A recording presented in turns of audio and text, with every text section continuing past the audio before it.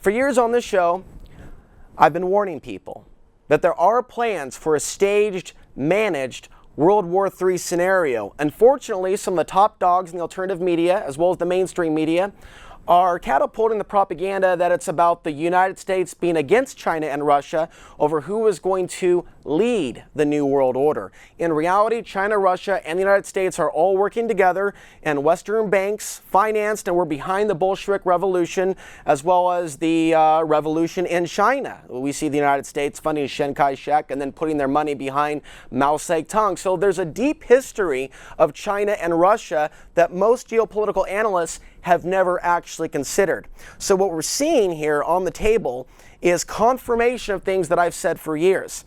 And we're seeing continuous mergers of the United States and China, greater global cooperation agreements on multiple fronts, including military transfer technology. We're actually arming our future enemies in preparation for this World War III scenario. In addition to allowing China to buy record numbers of properties throughout the United States, Congress isn't stepping in. They're not stepping in saying, wait a minute, this is actually a national security threat. They're actually are allowing this, and they're allowing even companies like Huawei, which is a cell phone company that's already been accused of espionage against the United States. They have a headquarters in Plano, Texas, and we have a video that talks about Rick Perry a little bit later. But let's go ahead and start with the latest breaking news that probably has many people out there celebrating.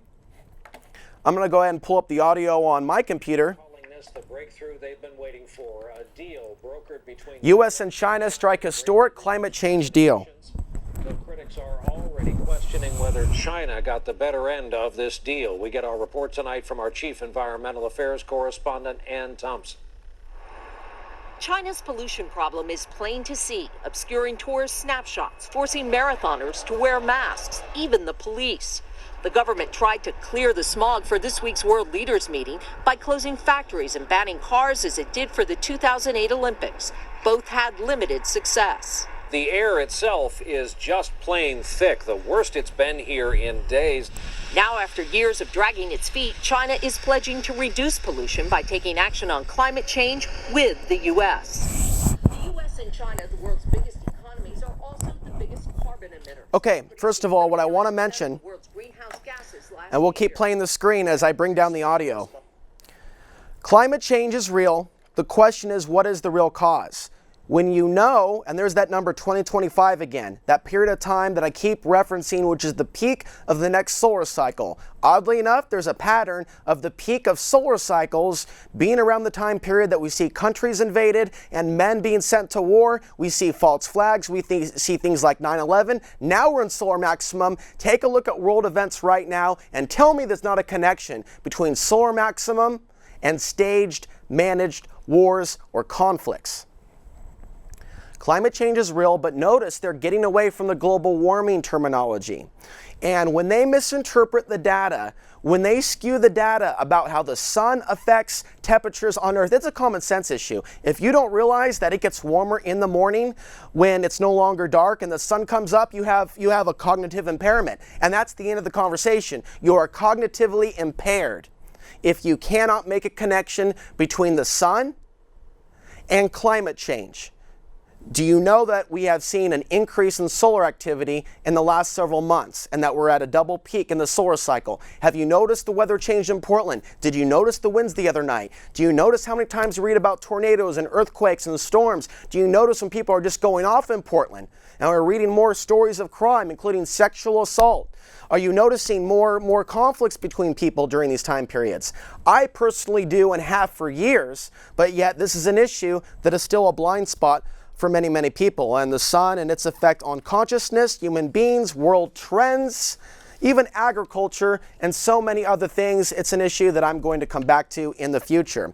But focusing on this headline, the United States and China, which together account for more than a third of all the world's greenhouse gas emissions, have negotiated a sweeping agreement to cut emissions drastically by 2030, a deal that President Barack Obama called a major milestone Wednesday. So you're going to see people applauding a connection between China and the United States on a deeper level. Going to our next headline, Obama, China should not underwrite global order not undermine, should underwrite global order. U.S. President Barack Obama says the United States wants China to be a partner in underwriting the international order, not undermining it. We also have other headlines saying New World Order to fight climate change beginning many, many years ago. He made the remarks on Monday during a news conference in Beijing where he arrived to attend the Asia-Pacific Economic Cooperation, the APEC summit. Our message is that we want to see China successful, Obama said, ahead of his scheduled meeting at the APEC gathering. We also have the G20 in Australia.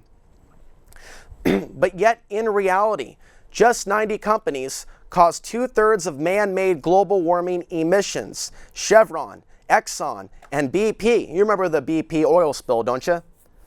Among companies most responsible for climate change since dawn of industrial age. So even within the official view and theory of global warming, which was their initial terminology that they started to use, just 90 companies cause 2/3 of man-made global warming emissions. Everything else that's taking place is about control. Oregon's plan to tax you by the mile is about control, and that's not even officially about climate change. That's about double taxation, triple taxation. They already charge you high registration fees. They already charge you an arm and a leg to get a license, but now they want to tax you by the mile in Oregon, and there's a pilot program that's going to start in the summer of 2015. They're going to test on 5,000 volunteers, and they're going to go from there. While World watches, APEC and China sends a message. President Obama's former Secretary of Defense, Robert Gates, could very likely give the president some insight into what's happening this week in China as the world's political leaders meet in Beijing while representatives of the world's militaries gather in the southeastern city. Gates met with military leaders in China in January 2010 for what he believed would be a friendly and necessary dialogue. Close to 6 months prior to his trip, he had played down the threat of China's J-20 stealth fighter jet, saying it would not be in service until the 2020s. Again, back to the 2020s, 2025. They're preparing for the next decade of world war. They're preparing for the decline of the United States. The United States is being demonized. Our government's been hijacked. We have a black eye before the whole world. They've taken away due process. Our political system is entirely corrupt on the Democrat and Republican level. This is all by design. Even the truth about 9/11 is all by design. You know, Russia and the United States could have said something after 9/11 in terms of the unanswered questions. They didn't say anything, and the still from those buildings went to China. Meanwhile, Russia had troops outside Afghanistan in the weeks prior to 9/11. If you think this is just about the United States, you've got another thing coming. The Chinese regime is again playing the same game. While the attention of the public and the global media is on the 2014 Asia-Pacific Economic Cooperation APEC summit in Beijing, the Chinese regime is hosting an arms show that has the attention of global military and security leaders. Meanwhile, as the United States imposes sanctions on Russia, all it does is bring China and Russia closer together and stronger and stronger and stronger. This is not by accident. China to set billions, to pump billions into Russian real estate construction. Chinese capitals help boost Russian stock of affordable housing by 25 million square miles by 2018. Now, there's been a number of headlines. I mentioned this last week. U.S. and Canadian F-22 fighters scrambled to intercept 6 Russian military planes near Alaska.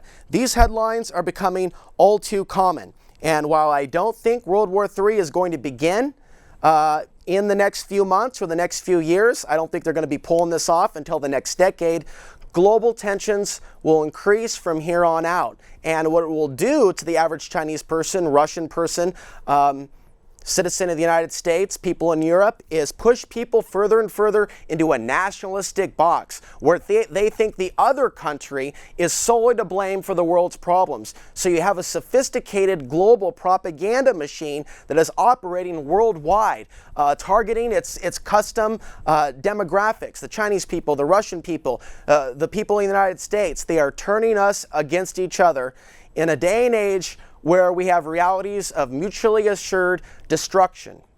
And that may be very well the plan, to bring down the world's population through a staged managed world war and then bring China, Russia, and the United States into the one world government structure that they've been planning for a long time, even prior to 9/11. Take a look at this from CNN. See the source? We're not making this up. This is actually happening. You really are here. No, seriously, pinch yourself. You're actually here right now. You're not dreaming. Russia flexes muscles with long-range bomber flights near U.S. shores. Russia plans to send long-range bombers to the Gulf of Mexico in what appears to be Moscow's latest provocative manner in its increasingly frosty relations with the West. Now, I got to go ahead and clear these out. Vladimir Putin suggests Britain and France were responsible for the Nazi march into Europe. And while that may be very well true, there's also plenty of war crimes that the Russians have committed, whether we're looking at certain countries in Eastern Europe and the trafficking of women, or we look at what the Russians did to the Afghan people between 1979 and 1989. Russian President Vladimir Putin has suggested that Britain and France were responsible for the Nazis' march into Europe. Russian warships, by the way, are also heading into Australia at this time, and we're going to go ahead and bring that up here.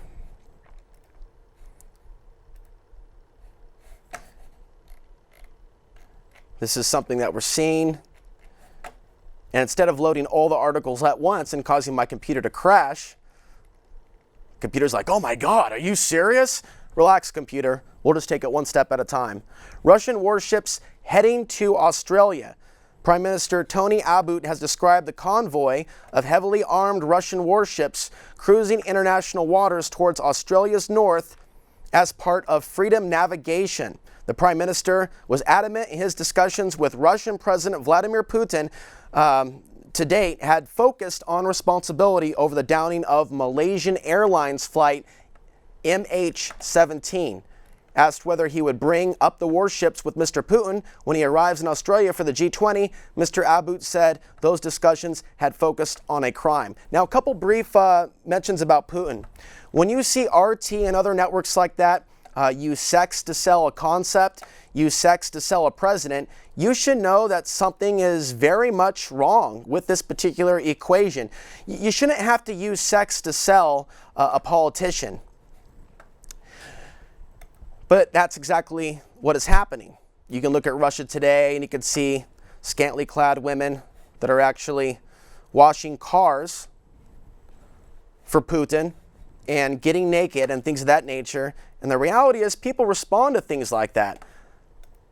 So we have a couple videos here that we're going to play in just a little bit. But before we do that, I want to cover a couple things relating to fighter jets.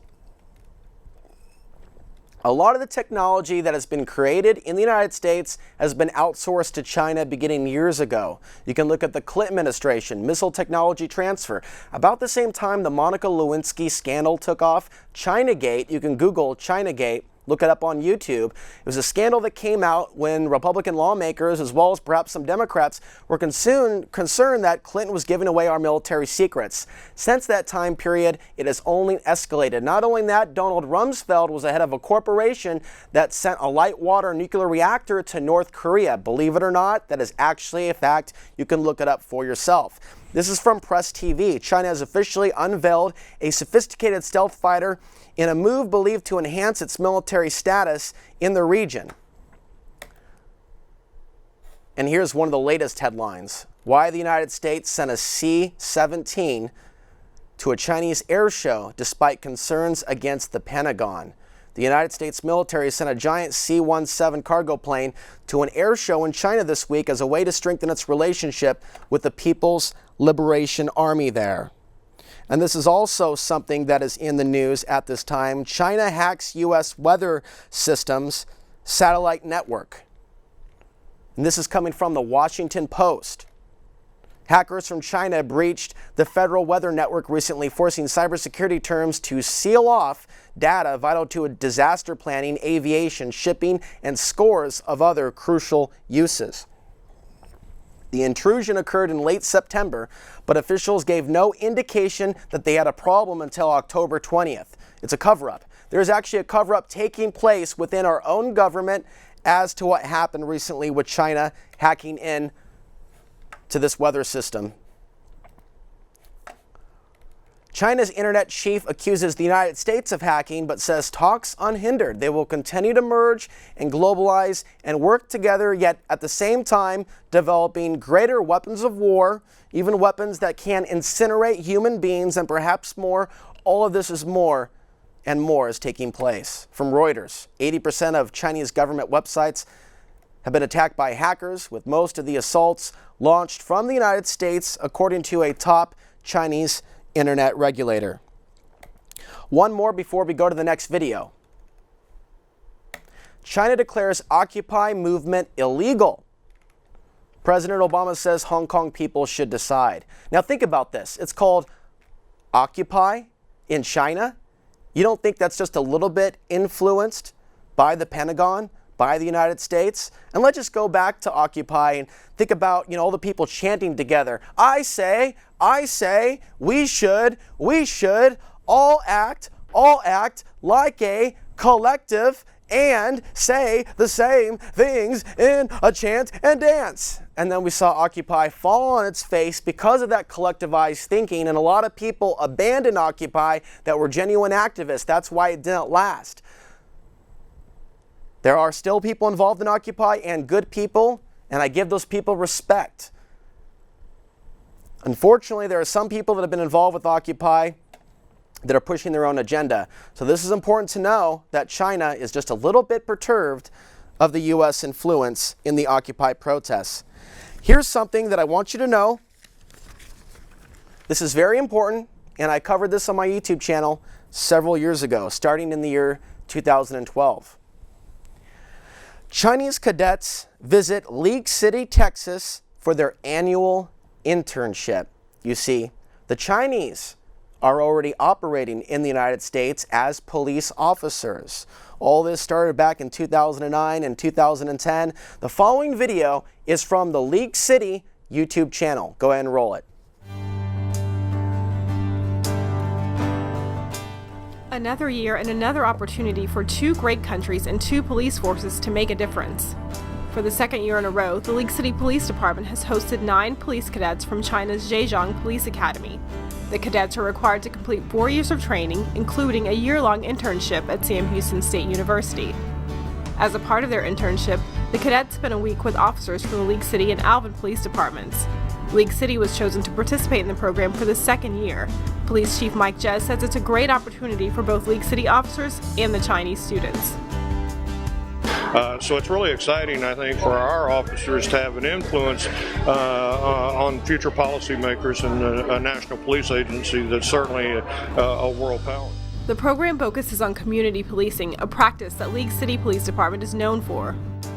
We wanted to make sure that we had communities that had strong histories of community-oriented policing, as well as communities that were where the police were trusted and had good relationships with the community. And in this area, Alvin and League City both have very long histories of both good, effective community relations as well as community-oriented policing. So we thought this would be a good fit. Also, quite frankly, the hospitality of the people in those communities was another reason for choosing. The students received several hours of classroom training. They took a tour of the Galveston County Courthouse and received a lesson in the American court system from Judge Alani Cox. They also toured the League City Fire Department and had some interaction with fellow emergency workers. As a part of the program, they also received arms training and did ride-alongs with League City police officers to experience community policing firsthand.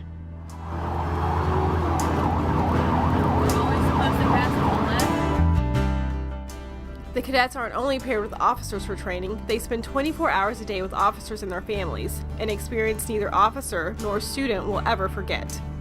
I enjoy a great time in my host families, and the police officers are being so nice, and I had great experience during patrol.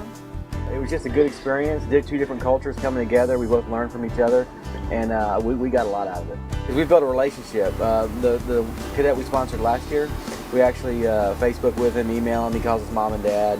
and we still have a good relationship with them. Before we go out tonight, so I'm going to try to conclude tonight with a little bit of finesse. Coming back to studio. That is League City, Texas. Take a look at my monitor.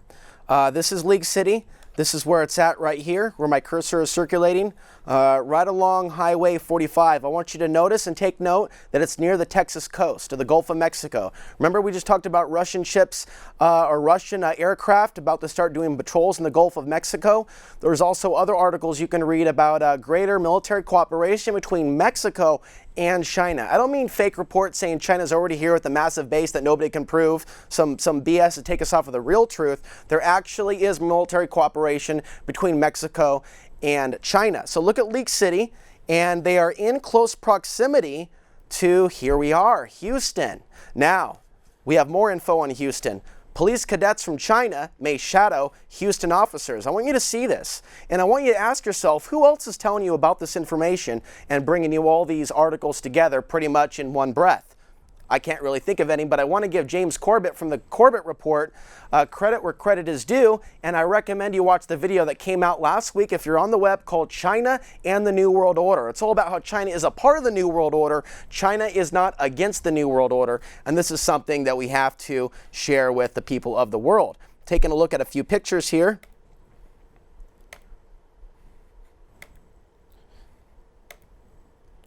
Okay. So going to the next video, this is entitled Governor Rick Perry, China Loves Him. We're only going to play about a minute or two of this, and then we'll come back.